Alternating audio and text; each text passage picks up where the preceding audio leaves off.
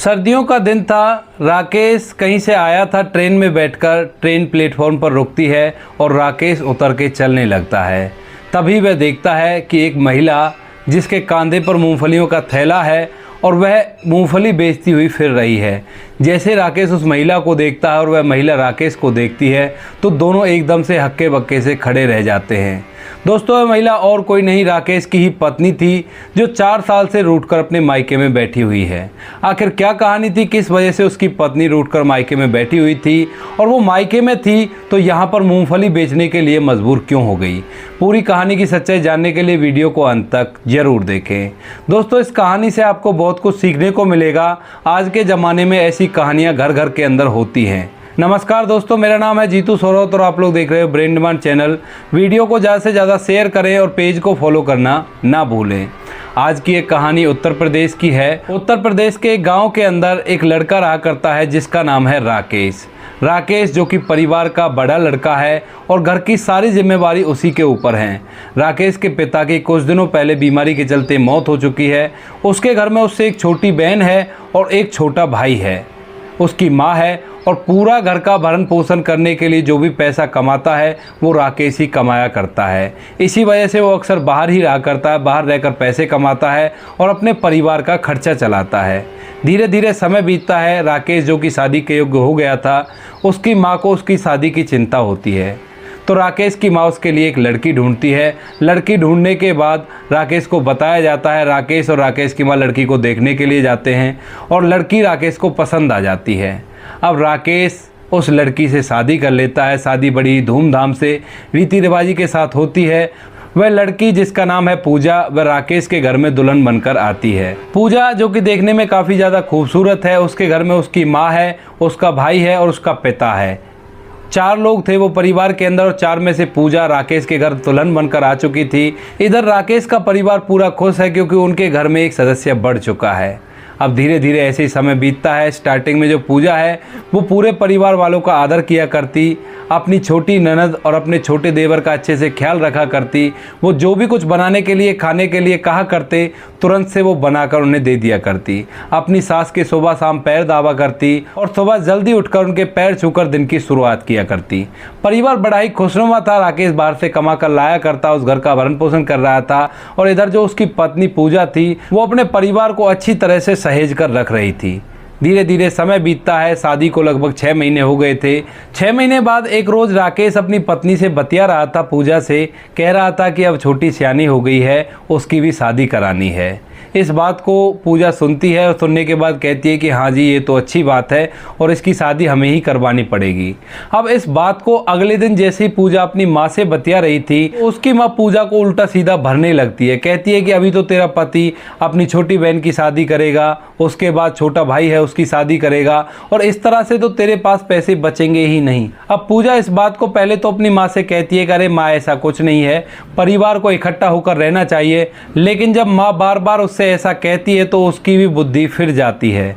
उसे भी लगने लगता है कि अगर इस तरह से चलता रहेगा तो इनकी कमाई इनकी शादी में ही निकल जाएगी और परिवार में खर्च हो जाएगी और हम लोग पीछे के लिए कुछ भी पैसा नहीं बचा पाएंगे। इस बात को लेकर जब शाम को राकेश ड्यूटी से वापस आता है तो पूजा उससे लड़ाई करने लगती है। कहती है कि तुम इस तरह से करोगे तो ऐसे कैसे चलेगा, अपने पैसे को तुम अपने पास संभाल के रखो। माँ जी हैं, माँ जी अपने आप अपनी बेटी की शादी करेंगी और तुम्हारा फ़र्ज़ नहीं बनता कि तुम अपनी बहन की शादी करो। इसके बाद राकेश अपनी पत्नी पूजा को समझाता है। कहता है कि मैं परिवार का बड़ा हूँ, हमारे पिताजी की मौत हो चुकी है तो अब मेरा ही फ़र्ज़ बनता है इस घर को संभाल के रखने का और इस चीज़ में तुम्हें मेरा साथ देना चाहिए, ना कि ऐसे कहना चाहिए कि हम पैसे कब बचाएंगे। पैसा आनी जानी चीज़ है, आज है कल नहीं है, किसका क्या पता कब कितना पैसा हो जाए, तो पैसे के पीछे नहीं भागना चाहिए। ऐसा कहकर राकेश अपनी पत्नी पूजा को समझा देता है। अब धीरे धीरे समय बीतता है। इधर जो पूजा की माँ है वो उसको बार बार कहा करती कि तू राकेश से कह दे और अलग रहने लग, तभी इसके कुछ पैसे बचेंगे और तुम्हारे आगे काम आएंगे। लेकिन पूजा अपनी माँ से कहा करती कि माँ जी वो मानते ही नहीं है, मैंने तो कई बार कोशिश करके देख ली। अब ऐसे ही एक दिन अचानक से पूजा का भाई आ जाता है उसको मायके ले जाने के लिए। पूजा अपने भाई के साथ मायके चली जाती है और वहाँ पर जाने के बाद जो पूजा की माँ है वो उसे इतना उल्टा सीधा सिखाती है और उस सीख को सीख कर पूजा अपने मायके से ससुराल आने के लिए मना कर देती है। जब राकेश फ़ोन करता है कि तुम्हें काफ़ी दिन हो गए, तो वह साफ इनकार कर देती है, कहती है कि मैं अब उस घर में नहीं आऊँगी। इस बात को सोचकर राकेश फ़ौरन से ससुराल पहुंचता है और पूजा के सामने जाकर उससे कहने लगता है कि पूजा, इस तरह से हमारा काम नहीं चलेगा, हमें पूरा परिवार देखना, परिवार को सहेज कर रखना है। लेकिन पूजा कह देती है कि अगर तुम्हें मुझे अपने साथ ले जाना है तो तुम्हें परिवार से अलग रहना पड़ेगा, अगर तुम अलग रहोगे तो ही मैं तुम्हारे साथ चलूंगी। इसी दौरान पूजा को पता चलता है कि पूजा प्रेग्नेंट भी है, तो राकेश से कहती है कि मैं तुम्हारे बच्चे की माँ बनने वाली हूँ, अब ये जो नन्ही सी जान इस दुनिया में आएगी इसका क्या होगा। अगर तुम इसी तरह से अपने बहन भाइयों पर पैसे लुटाते रहे तो इसके लिए हम पैसे कैसे बचाएंगे और इसकी ज़िंदगी में ये आगे क्या कर पाएगा। अब इस बात को राकेश को सुनकर थोड़ा सा गुस्सा आता है, तो वह उससे मना कर देता है, कहता है कि अगर तेरी यही शर्त है तो मैं तुझे अपने साथ नहीं ले जा सकता, मेरे लिए मेरा परिवार पहले है और तू बाद में है। ऐसा कहकर राकेश वहाँ से वापस आ जाता है। राकेश की माँ राकेश से पूछती है कि बेटा बहू को क्यों नहीं लेकर आया, तो राकेश अपनी माँ को पूरी व्यथा बताता है, कहता है कि माँ, पूजा ऐसा कह रही है कि तुम्हें परिवार से अलग रहना पड़ेगा, तभी मैं तुम्हारे साथ चलूंगी।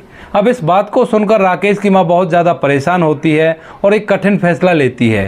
कहती है कि बेटा अगर ऐसा है तो तू ऐसा ही कर ले, अपनी पत्नी को लेकर अलग रहने लग, तेरा घर तो बसा रहेगा।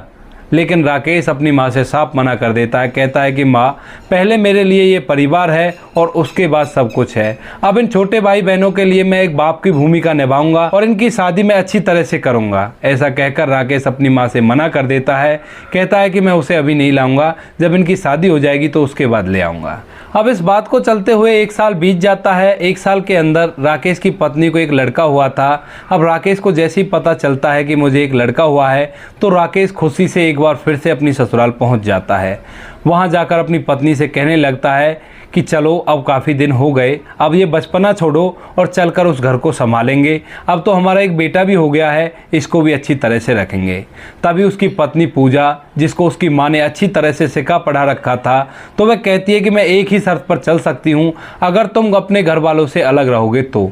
अब राकेश को इस बात को सुनकर गुस्सा आने लगता है, तो वो चिल्लाकर पूजा से कहता है कि ये कोई अच्छी बात है, तुम मेरे परिवार को तोड़ने पर लगी हुई हो और कौन सिखाता है तुम्हें इन बातों को। इस बात को सुनकर पूजा और भड़क जाती है और कहती है कि अगर तुम्हें ले जाना है तो अपने बच्चे को ले जाओ, मैं तुम्हारे साथ बिल्कुल भी नहीं जाऊँगी। ऐसा कहकर राकेश से पूजा मना कर देती है। राकेश दोबारा से अपने घर वापस आ जाता है और अपनी माँ को पूरी बात बताता है।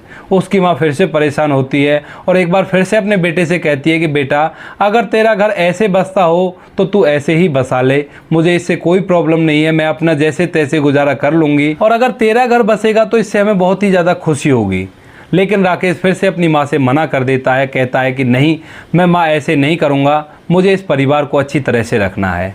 ऐसा करते करते 1 साल और बीत जाता है और 1 साल बाद राकेश फिर से एक बार कोशिश करता है अपनी पत्नी को मना कर लाने के लिए। राकेश अपने ससुराल जाता है, वहां जाकर अपनी पत्नी से एक बार फिर से कहता है कि पूजा, अब तो तुझे यहाँ पर रहते रहते 2 साल हो गए हैं, अब तो तुम्हारा पेट भर गया होगा, अब तो तुम चलो यहाँ से, हमारा बच्चा भी बड़ा हो रहा है, बच्चा जो कि 1.5 साल का हो गया था। लेकिन जो पूजा थी अपनी उसी बात पर अटल रहती है, कहती है कि अगर तुम्हें मुझे ले जाना है तो तुम्हें अपने घर वालों से अलग रहना पड़ेगा। वैसे भी अगर तुम चाहते हो तो मैं इस लड़के को तुम्हारे साथ भेज सकती हूँ, मुझे इससे कोई भी लगाव नहीं है। इस बात को सुनकर राकेश थोड़ा सा गर्म हो जाता है। इधर जो पूजा थी वो उसे गाली देने लगती है। अब राकेश को जैसे पूजा गाली देती है तो उसे सहन नहीं होता और वह पूजा पर हाथ उठा देता है। हाथ उठाया जाता है। अड़ोस पड़ोस वालों को ऐसे पता चलता है, पूजा के भाई को पता चलता है, तो अड़ोस पड़ोस वाले और पूजा का भाई मिलकर राकेश में पिटाई लगा देते हैं। पिटाई लगने के बाद राकेश अपने बच्चे को लेकर वहां से वापस आ जाता है और अपनी माँ से कहता है कि माँ, मेरे साथ ऐसे ऐसे हुआ है और अब मैं उसे कभी भी लेने के लिए नहीं जाऊँगा। इस बात को सुनकर राकेश की माँ बड़ा ही परेशान होती है, लेकिन वो करती भी तो क्या करती है, आखिर बेटे ने जिद जो पकड़ रखी थी। अब राकेश उस बच्चे को अपनी माँ को देता है और कहता है कि माँ, तुम इसे पालो पोसो और मैं बाहर से पैसे कमा कर लाऊंगा, अपने भाई बहन की शादी कराऊंगा। इसके बाद राकेश और भी ज़्यादा मेहनत करने लगता है और भी ज़्यादा पैसा कराने लगता है। अब वो 2-2 3-3 दिन बाद घर आया करता है। इधर उसकी माँ, बहन और उसका भाई उस बच्चे की अच्छी तरह से देखभाल करते हैं और उसको बड़ा कर रहे थे। इधर जो पूजा है वो अपने मायके में रह रही थी और राकेश जब उसके बच्चे को लेकर अपने वहाँ पर चला गया था तो इसके बाद उसे थोड़ा सा पछतावा होता है, लेकिन उसकी माँ बार बार उसे पट्टी पढ़ाती है और कहती है कि तुझे उससे पहले नहीं जाना है जब तक राकेश अलग रहने के लिए तैयार ना हो जाए। अब इस बात को सोचकर जो पूजा है उसके अंदर भी घमंड आ जाता है और वह घमंड में रूठकर अपने मायके में ही बैठी रहती है। धीरे धीरे समय बीतता है। समय के साथ साथ पूजा के पिता की मौत हो जाती है और इधर जो उसका भाई था उसकी भी शादी हो गई थी। शादी होने के बाद जो पूजा की भाभी आई थी वो और भी ज़्यादा खूंखार और तहस नहस करने वाली औरत थी। शादी के कुछ दिनों बाद ही वह परिवार में पूरा तहलका मचा देती है। इधर जो उसकी ननद है उससे बार बार लड़ाई किया करती और कहा करती कि तू यहाँ पे पड़ी हुई है अपने पति को छोड़कर, तुम्हारा क्या है यहाँ पर हमारे पैसों को बर्बाद किया करती है। क्योंकि जैसे ही पूजा के पिता की मौत हो गई थी तो उसके बाद उसका भाई कमाने लगा था और यही कंडीशन जो राकेश के साथ थी वही कंडीशन उसके भाई के साथ हो गई थी। पूजा की जो भाभी थी वह राकेश के भाई से कहा करती कि तुम अलग रहो। इधर जो पूजा की माँ है और पूजा काफ़ी ज़्यादा परेशान हो जाते हैं इस बात से कि उनकी भाभी आकर उसके भाई से कह रही है अलग रहने के लिए। अब इस बात को जैसी पूजा की माँ और पूजा सोचते हैं तो उन्हें अपनी ही बात पर बहुत ज़्यादा पछतावा आता है। तो जो पूजा की माँ है वो पूजा से कहती है कि बेटी ऐसा कर, तू दामाद जी को फ़ोन कर और उनसे माफ़ी मांग ले और उनके पास रहने लग। मैं तो जैसे तैसे करके अपनी ज़िंदगी को काट लूँगी, लेकिन तेरी पूरी ज़िंदगी पड़ी हुई है और ये पहाड़ जैसी ज़िंदगी ऐसे ही नहीं बीतेगी। इस बात को सुनकर पूजा थोड़ी सी दुखी हो जाती है। वो सोचने लगती है कि ये माँ आज ऐसे कह रही है जिस माँ ने मुझसे कहा था कि तू वहाँ पर मत जा, अब वो मुझे कह रही है कि मैं दोबारा से ससुराल जाऊँ। लेकिन पूजा का घमंड उसके सर चढ़कर बोलने लगता है। उसका घमंड परिस्थितियों पर भारी पड़ता है और पूजा अपने पति के घर जाने से मना कर देती है। एक दो दिन और होते हैं, उनके घर में लड़ाई का माहौल चल रहा था। पूजा की भाभी बार बार पूजा को ताना मारा करती। तभी एक रात पूजा अपनी माँ के साथ लेटी हुई थी तो उससे कुछ बतिया रही थी और कह रही थी कि माँ तुम अपना ख्याल रखना। इस बात को सुनकर माँ थोड़ा सा तो हैरान होती है, लेकिन वो सोचती है कि चलो ऐसे ही कह दिया होगा। दूसरे दिन सुबह होती है। सुबह सुबह पूजा की माँ पूजा को देखती है, लेकिन पूजा अपने बिस्तर पर नहीं थी। उसके बाद पूजा को इधर उधर ढूंढा जाता है, लेकिन पूजा वहाँ पे भी कहीं उन्हें नहीं मिलती है। पूजा रात को ही अपने घर से भाग गई थी, थोड़े बहुत कपड़े लेकर निकल गई थी और अब भटकते भटकते वह एक रेलवे स्टेशन पर पहुँच जाती है। रेलवे स्टेशन पर जाती है, वहाँ पर कुछ महिलाएं जो कि कुछ सामान बेच रही थी ट्रेनों के अंदर, जैसे कोई महिला चने बेच रही थी, कोई पानी के पाउच बेच रही थी और कोई मूँगफली बेच रही थी। तो वह उन महिलाओं के पास जाती है और उन्हें अपनी पूरी कहानी सुनाती है। उनमें से एक बुजुर्ग महिला होती है, वह पूजा की कहानी को सुनने के बाद उसे समझाती है। कहती है कि बेटी मैं तुम्हारी माँ की उम्र की हूँ और मैंने ज़िंदगी में बहुत कुछ देखा है और मैं चाहती हूँ कि तू अपने पति को फ़ोन कर और दोबारा से अपने मायके में रहने लग। लेकिन अभी भी जो पूजा का घमंड था वह परिस्थितियों पर भारी पड़ रहा था और वह इसी घमंड के कारण अपने पति को फ़ोन नहीं करती है। वह कहती है कि माँ जी मुझे उस घर में जाना ही नहीं है। अगर मेरे पति मुझे फ़ोन करते हैं और मुझे बुलाते हैं तो ही मैं उस घर के अंदर जाऊंगी, अन्यथा मैं उस घर के अंदर नहीं जाऊंगी। इधर जो राकेश था वह नाराज़ था इस बात से कि उसके भाई ने उस पर हाथ उठाया है और इसी बात से वह पूजा के पास ना तो फ़ोन करता और ना ही उसे लेने के लिए जाता है। अब जो पूजा है उन महिलाओं के साथ मिलकर वहाँ पर मूँगफली बेचने लगती है। जैसे ही ट्रेन आया करती तो सभी महिलाएं अपने अपने सामान को लेकर भागकर जाया करती। कुछ ट्रेन के अंदर घुस जाया करती, कुछ बाहर वाले पैसेंजरों को सामान बेचा करती। ऐसे उसके दिन बीत रहे थे और अब उसे ससुराल से आए हुए 4 साल हो चुके थे। 4 साल बाद ऐसे ही अचानक एक दिन एक ट्रेन आती है और उस ट्रेन में से पैसेंजर बाहर निकलते हैं। जो ये सभी महिलाएं थी ये एकदम से भागती हैं अपने अपने सामान को लेकर पैसेंजरों को बेचने के लिए। इधर जो पूजा थी उसके कंधे पर भी एक मूंगफली का थैला रखा हुआ था जिसके अंदर छोटे छोटे पाउच पैक करके उसने बना रखे थे और वह भी अपनी मूंगफलियों को बेचने के लिए उनकी तरफ भागती है। अब जैसे ही पूजा आवाज़ लगाती हुई अपनी मूंगफलियों को बेच रही थी तभी एकदम से अचानक से सामने से एक पैसेंजर आता है और वह मूंगफली को लेने के लिए कुछ पैसे अपने हाथ में लेकर पूजा की तरफ करता है। और जैसे पूजा की और उस पैसेंजर की आंखें मिलती हैं तो दोनों एकदम से हक्के बक्के से हैरान से रह जाते हैं। सामने जो शख्स खड़ा हुआ था पैसे लेकर वह दोस्तों और कोई नहीं पूजा का ही पति था जिसका नाम था राकेश। राकेश पूजा को इस हालत में देखकर एकदम से हैरान और भौचक्का सा रह जाता है और पूजा जैसे ही राकेश को देखती है तो एकदम से फूट फूट कर रोने लगती है। उसके सब्र का बांध टूट जाता है और वह अपनी हालत को देखती है और सामने राकेश को देखती है और फूट फूट कर रोने लगती है। राकेश के पैरों में गिर जाती है। इधर उधर लोगों का जमावड़ा हो जाता है और जो उसके साथ की महिलाएं थी वो भी वहाँ पर खड़ी हो जाती हैं।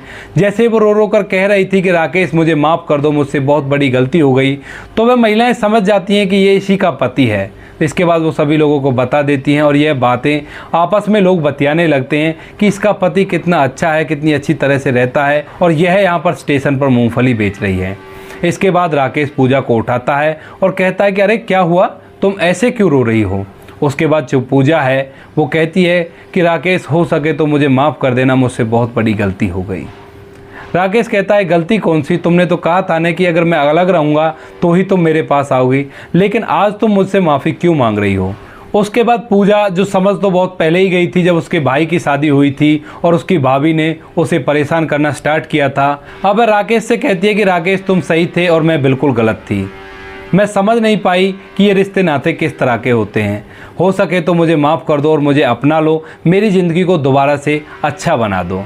इस बात को सुनकर राकेश थोड़ी देर के लिए सोच विचार में पड़ता है और वह वहीं पर खड़ा होकर अपनी माँ के पास फ़ोन मिलाता है और अपनी माँ से कहता है कि माँ, पूजा मिली है और स्टेशन पर इस तरह से मूंगफली बेच रही है और बहुत ही बुरी हालत में है और कह रही है कि राकेश अगर हो सके तो मुझे माफ़ कर दो और मुझे अपना लो। इस बात को सुनकर जो पूजा की सास है वो एकदम से राकेश से कहती है कि तुम मेरी बहू से बात करवाओ। उसके बाद राकेश उस फ़ोन को पूजा को देता है, जो अभी तक अपने आंसुओं को पोंछ ही रही थी।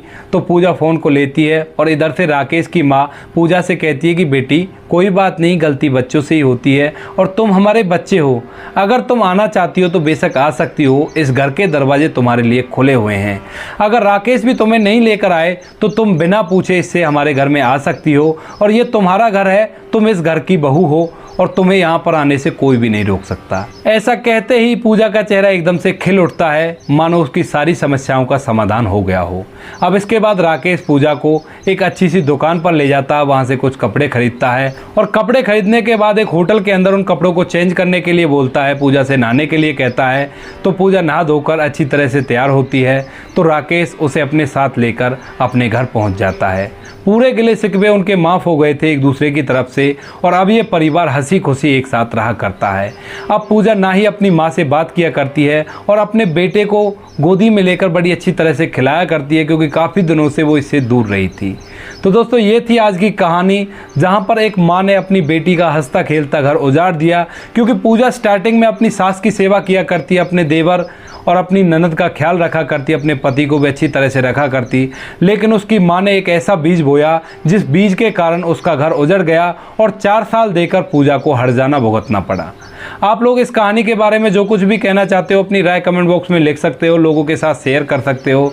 बाकी दोस्तों इस कहानी को सुनाने का उद्देश्य आपको परेशान करना बिल्कुल भी नहीं है। यह कहानी आपको इसलिए सुनाई जाती है ताकि आप लोग इन कहानियों के अंदर दोहराई गई गलतियों को अपने जीवन में दोबारा से ना दोहरा सको और अपने आप को एक बेहतर इंसान समाज के अंदर बना सको। मिलते हैं किसी नेक्स्ट वीडियो में नए टॉपिक के साथ, तब तक के लिए जय हिंद, जय भारत, जय हिंदुस्तान।